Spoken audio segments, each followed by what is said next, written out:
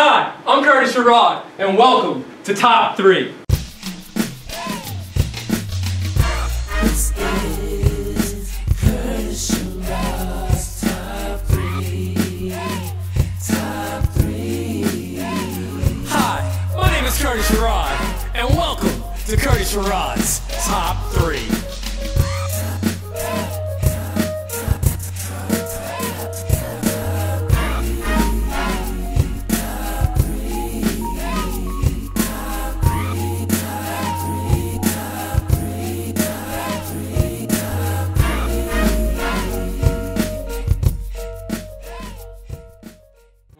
Boys and girls, children of all ages, welcome to Top 3. As you know, we do this like we're doing it on TV because we are on TV. And today, I got my man, I wanted to give him some formal props and he was like, yo man, you know me, Kurt, just call me LA. So I got the homie, the musician, the talented, skillful player,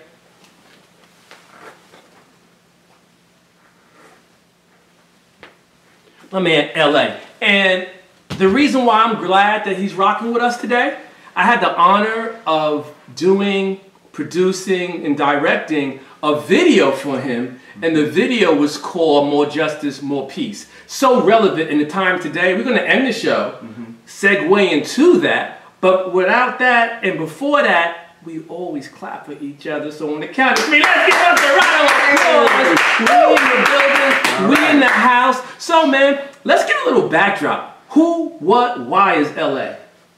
What is you, man? I guess I'm a lot of things. It all depends on who I'm in front of. I'm a lot of things to a lot of people. To my kids, I'm Pop. To my grandchildren, I'm Papa. And to my audience out there, I'm LA. Some people know me as, depending on my different jobs that I've had over my years, I might have been called Smitty. I might have been called Mr. Larry. So there's a whole different segment of people that goes into this body.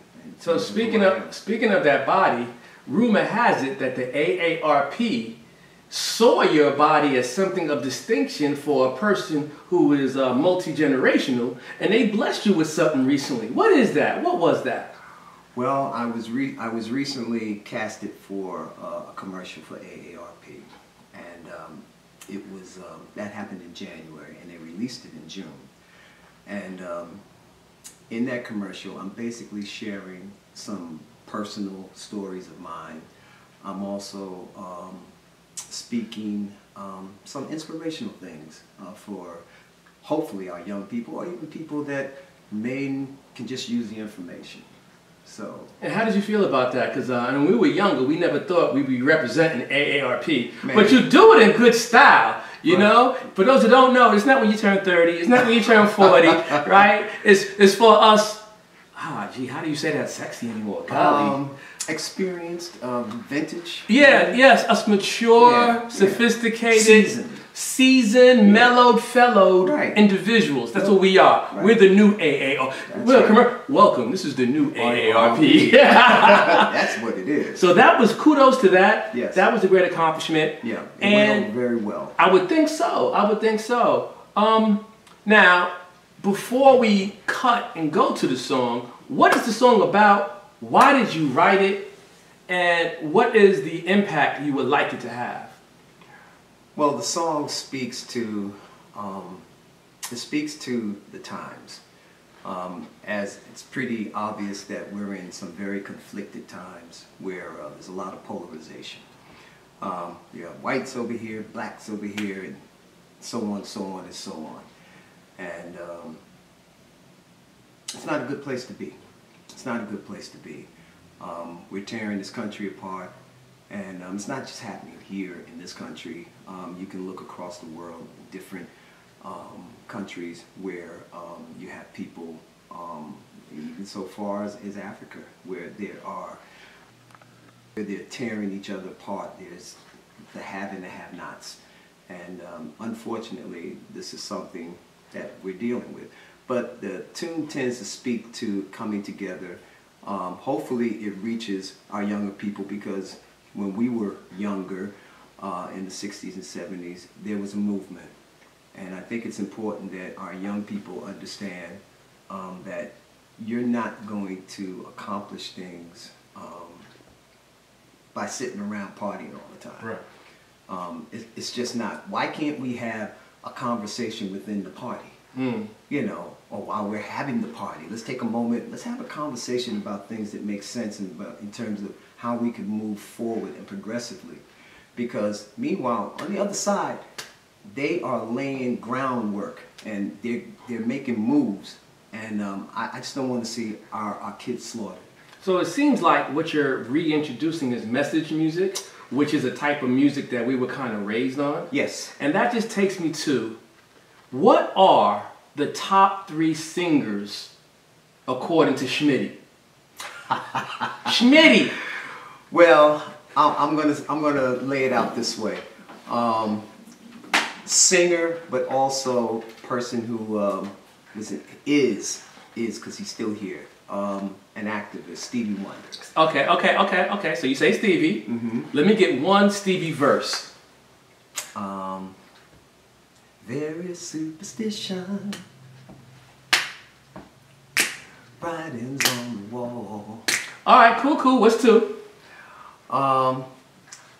Curtis Mayfield. Cool. Who, my namesake? Yeah.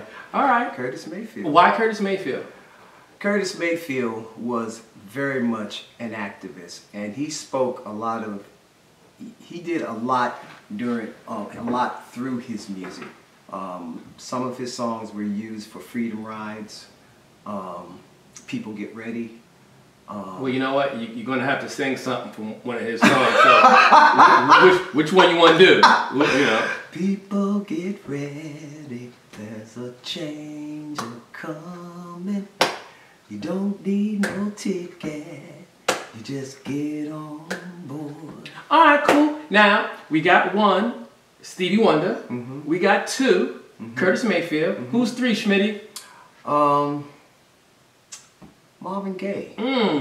Marvin Gaye. Marvin is something else. Yeah. Marvin, he might have wrote the quintessential message music of his particular era. To me, with what's going on. I don't know if that's yours as well, because he did write some others. Yes, he did. I kind of dug Here, My Dear, Yeah. you know, which was amazing to me. Yes. To be able to do a double album and give to your wife and be like, deuces, we done Here, My Dear. Oh man. You know, but we'll that's backstory, right? Classic. Yeah, that's backstory. Go into your catalog, do the history, look up Marvin Gaye, Here, My Dear. But what is your top favorite Marvin Gaye song? It would be between What's Going On or Mercy Mercy. So between What's Going On and Mercy Mercy, which one you want to sing? I'll give you What's Going On. Mother, mother, there's too many of you crying. Brother, brother, brother, there's far too many of you dying.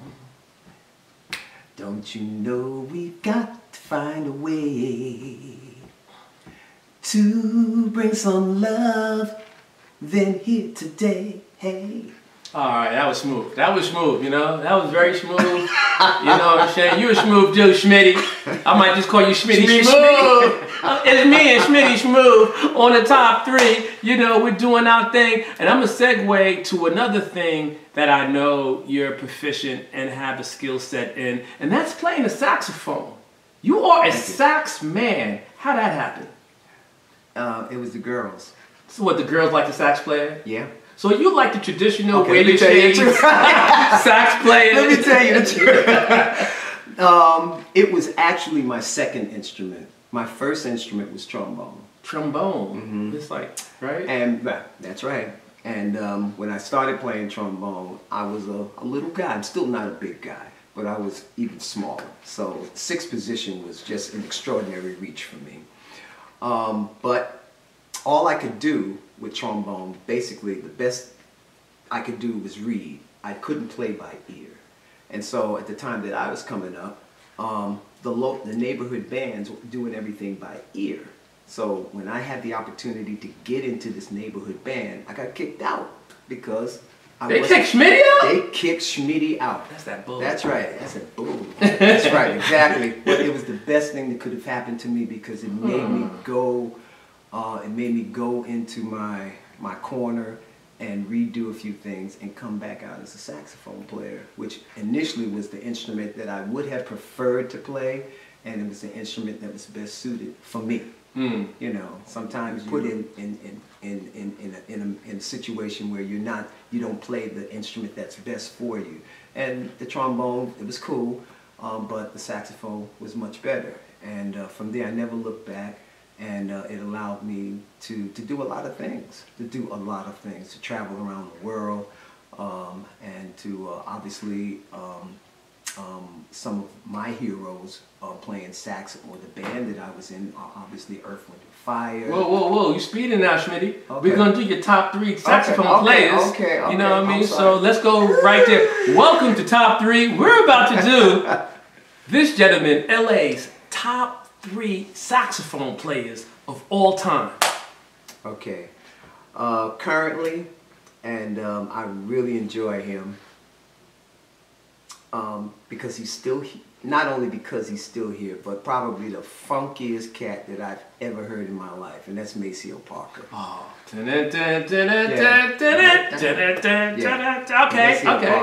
Okay.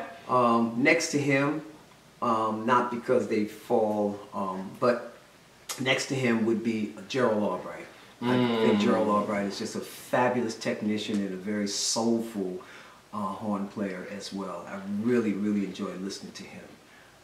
After that, I would say Cannonball Adderley? Yes, Cannonball Adderley, who was very soulful and had. Wow, that's a throwback too. That's Yeah. like, you know, I say you're historically correct almost in the way you're presenting your choices. Very nice. And Stanley Turrentine. Stanley Turrentine. Yeah. So can I ask you like a question, and I don't want you to be too harsh Okay. with your reply, Okay. but what is the allure of Kenny G? Woo-sa. Woo-sa. Kenny G actually is a very good musician. I've never really found him the saxophone player that I was attracted to, but he's an excellent musician. He found the formula that worked for him. And what is that formula? Kenny he understands that there are certain things that connect with an audience, like circular breathing. Okay, he'll hold a note for half an hour. He has a pretty tone on his soprano. He actually writes some pretty good tunes, and the songs that he writes are simple, and that connects with a lot of people. Sometimes, as musicians, we may get a little too technical, and it goes over the heads of a lot of people. That's what made James, you know, so down, dirty, good, because he put it right where people could get it. Mm-hmm. And so for Kenny G, he had a look. He looks good. You know, he was that white guy, okay, who was playing the saxophone, and not for nothing, not to take anything away, as I mentioned before, from his musicianship, but, you know, people identify with people that look like them. Mm-hmm. Okay, and Kenny G identified with a lot of people that look like him. Okay, That's my way of. And you did that very smooth and very calm. In particular, I never really thought about the circular breathing being an aspect that you can commercialize and make a trait of your music. And I see that he did. And for you to be technically aware, to be able to hear that and be like, oh, I see what he's doing. The old circular breathing technique. That's interesting. Well, I just want to add, someone knew that I was a horn, obviously knew I was a saxophone player, and asked me to come in, and I had to go to a mansion in Jersey. I was supposed to surprise, they wanted to get Kenny G, they couldn't get him. Okay, so they wanted somebody. They were surprised, all right. They wanted somebody to come in and play some Kenny G songs. Okay. So what did I do? Look, I'm a musician for hire. Okay. Yeah, get that bread. I got to get that bread. That's exactly it. I put on a black hat. When the wife walked in, I was blowing a Kenny G tune, and she screamed because she thought it was him. To her surprise, it wasn't. But it worked. It was Schmitty. It was Schmitty. Okay.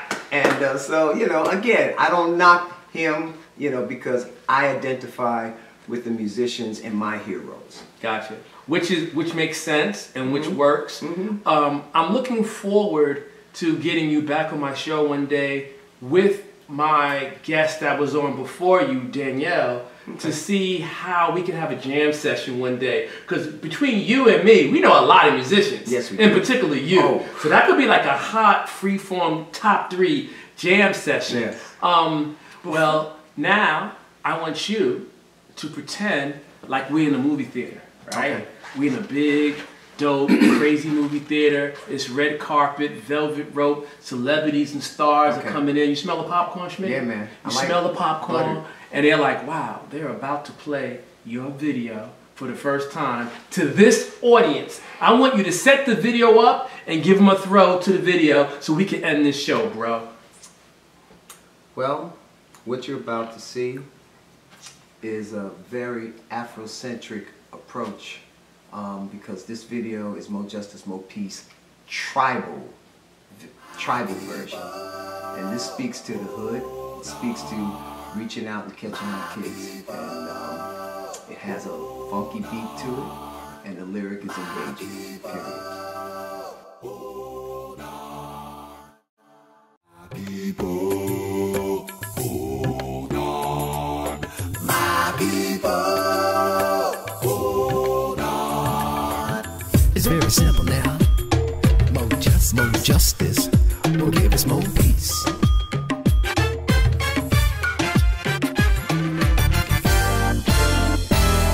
More justice will give us more peace. Change is the main thing the people need. More justice will give us more peace. Love is the damn thing the people need. Give me your hand and I'll give you mine. Black, white, red, yellow, I need y'all to step up in line. A movement did it in the 60s. A movement will do it today. Take it from yesterday's children. Unity's the only way. More justice, yeah, will give us more peace. Yeah, it will, yeah, it will. Change is the main thing the people need. Woo. More justice, will give us more peace. Love is the damn thing, bring it the people need. Woo. Everybody wants change, but we stay the same. You, me, everybody be about the change you claim. Saying Black Lives Matter is just a fact. Ain't dissing all lives, I stand for that. Educate, love, sacrifice too is what it gonna take from me and you. More justice, more peace. More justice, more peace. Educate, motivate. Be that change. Check it. Stop the hate. More justice, more peace, we can justify. Fly, pelican fly. Yo, I know why. We can tell how the system wants us all divided and collided. But we could clearly see that Martin Garvey, Kennedy, Gandhi had a plan and the formula for us to unite. So the only thing I can guarantee is that we'll never stop fighting for equality. Come on, come on, come on.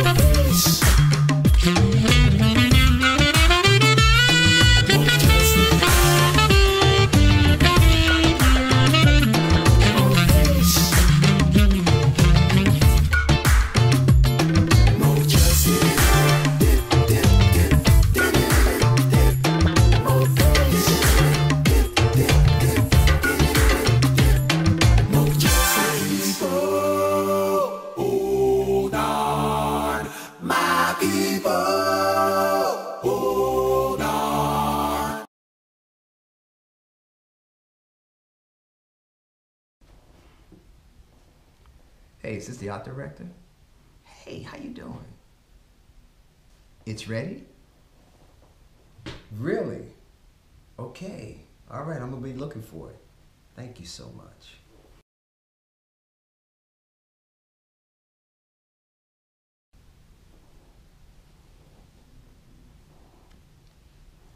That's the researcher. Lady Justice?